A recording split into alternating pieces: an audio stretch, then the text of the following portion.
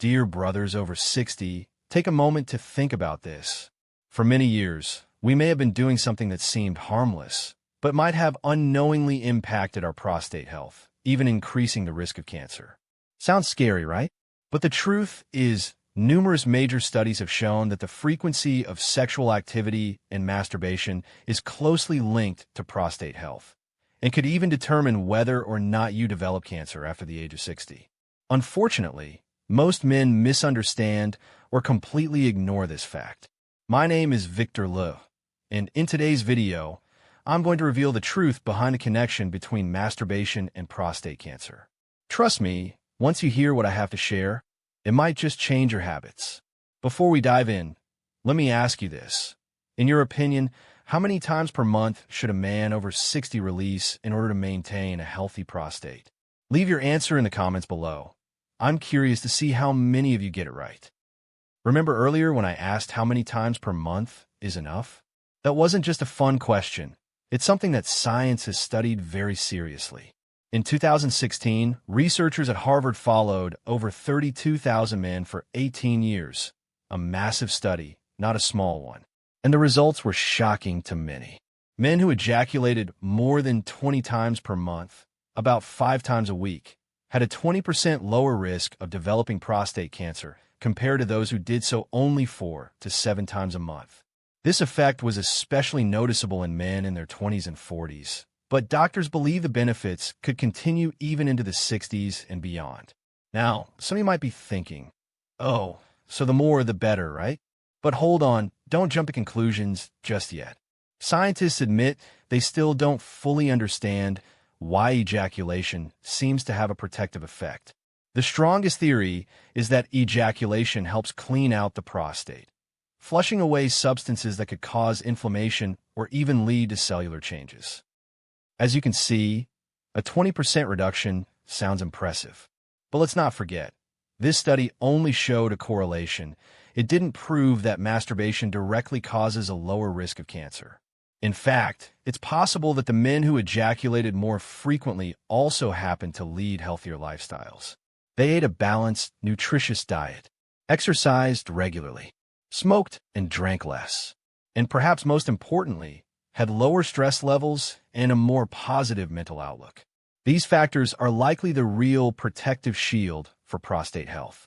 In fact, a few smaller studies have shown the opposite, meaning high frequency doesn't always equal safety. And more importantly, frequent ejaculation does not protect against the most dangerous forms of prostate cancer, the aggressive types that are more likely to be fatal. In other words, moderate masturbation and sex might be part of the health equation, but they're definitely not a miracle solution. Relying solely on that, while ignoring proper nutrition, regular exercise, or routine medical checkups, is a serious mistake. So, my brothers, what can we take away from all this? First, frequent ejaculation is not harmful. You don't need to worry that releasing will weaken your body or shorten your lifespan.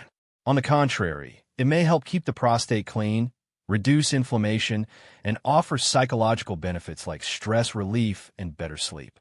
Second, it may help lower the risk of prostate cancer, but it's only one piece of the puzzle. If you're over 60 and think that as long as I do it often, I'm safe, that's a dangerous mindset. Prostate cancer isn't that simple. What's far more important includes eating a healthy diet, limiting animal fats, refined sugars, and alcohol, exercising at least 30 minutes a day to improve blood circulation, maintaining a healthy weight, especially avoiding belly fat, which is linked to a higher risk of prostate enlargement and cancer. And most importantly, getting annual checkups to catch any issues early. Think of masturbation or moderate sexual activity as a positive piece of the health puzzle, but not the whole picture. Only by combining all these factors can you truly protect your prostate and overall health after 60. Dear brothers, prostate health is no joke. Many people overlook small habits, and by the time they realize something's wrong, the disease is already advanced, costing both health and quality of life. What I want you to remember today is this. Masturbation or moderate sexual activity can be beneficial, but they're not an absolute shield. Don't rely on just one habit while ignoring diet, exercise, and, most importantly, regular health checkups. Now, I want to hear from you. How many times per month do you think is reasonable to stay healthy and keep your prostate safe? Leave your answer in the comments below. I'll be reading each one of them. If you found this video helpful, don't forget to hit like, share it with friends your age so they can learn the truth, and subscribe to Senior Vitality now to stay updated on essential health tips for men over 60. Remember, your health is your greatest asset, and you are the one who decides how strong your prostate will be 10, 20 years from now.